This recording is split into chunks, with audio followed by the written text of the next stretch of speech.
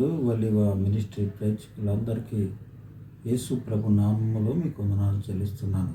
బాగున్నారా? మీరు, మీ కుటుంబాలు, మీ పిల్లలు క్షేమంగా ఉన్నారా? ఈ ఉదయకాలంలో మరొక పర్యాయము దేవుని సన్నిధానమునకు మనం వద్దాం. దేవుని వాక్యములో వ్రాయబడినటువంటి మాట ఏంటంటే, ప్రతి విషయములో కృతజ్ఞతాస్తుతులు చెల్లించటము దేవుని చిత్తమని దేవుని వాక్యంలో రాయబడింది. దేవుడు మానవుని పట్ల చేసినటువంటి మేలు ఉపకారమునకు కృతజ్ఞత భావము కలిగి ఉన్నప్పుడు దేవుడు నీకు మేలు చేయగలడు. కృతజ్ఞత భావము లేకపోతే ఎంతోమంది జీవితాలు నష్టంలోకి వెళ్ళినట్టుగా వాక్యంలో రాయబడింది. ఈ ఉదయకాలంలో మీకు మనం చేసే ప్రాముఖ్యమైన విషయం ఏంటంటే, కృతజ్ఞత స్తుతులు చెల్లించటము దేవుని యొక్క చిత్తమని రాయబడింది. దేని విషయంలో కృతజ్ఞతాస్తుతులు చెల్లించాలి? 139వ కీర్తనలో ఒక మాట రాయబడింది. నన్ను కలుగు చేసిన విధమును చూడగా ఆశ్చర్యమును భయమును నాకు పుట్టుచున్నది.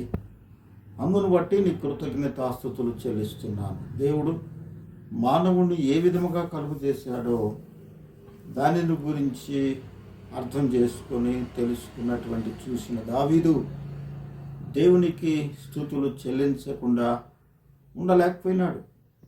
రెండవదిగా గమనిస్తే, దేవుడు ఎందుకు మనం కృతజ్ఞతాస్తుతులు చెల్లించాలంటే, పాప పరిహారము నిమిత్తము దేవుడు తన సొంత కుమారుడైన యేసుక్రీస్తు వారిని లోకములో పంపి మన నిమిత్తమై పాపమునకు శిక్ష ఆయన శరీరమందు పడెను అనే మాట దేవుని వాక్యం రాయబడింది.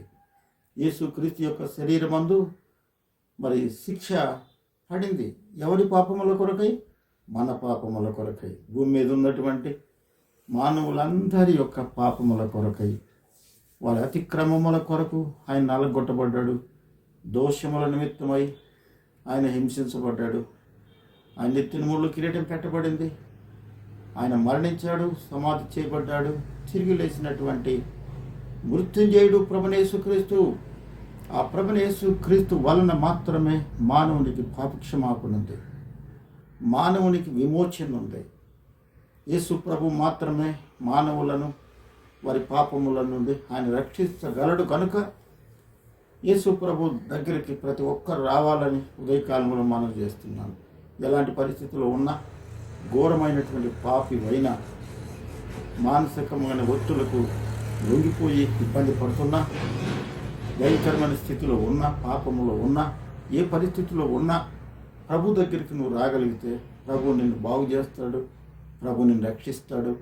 మొదట మానవుని జీవితంలో పాపము నుండి విమోచన కలుగు చేసి ఆయన రక్షకునిగా అంగీకరించి ఆయన తన బిడ్డగా, స్వకీయుడుగా, తన సొత్తుగా చేసుకోగలడని ఉదయకాలంలో మనం చేస్తున్నాం. రండి ప్రభువైన యేసుక్రీస్తు దగ్గరికి, ఆయన నువ్వు రక్షించును. ప్రార్థన చేసుకున్నాం. ప్రేమ కలిగిన తండ్రి, మీకు వందనాలు నాయన. ఉదయకాలం నీ సన్నిధిలో చేరి ప్రార్థిస్తున్నాం.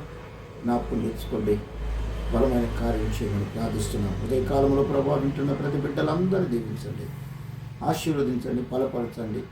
బిడ్డలందరి క్షేమాన్ని కలుగు చేయమని ప్రార్థన చేస్తూ యేసు ప్రభు నామమున వేడుకొని ప్రార్థిస్తున్నాము తండ్రి. ఆమేన్.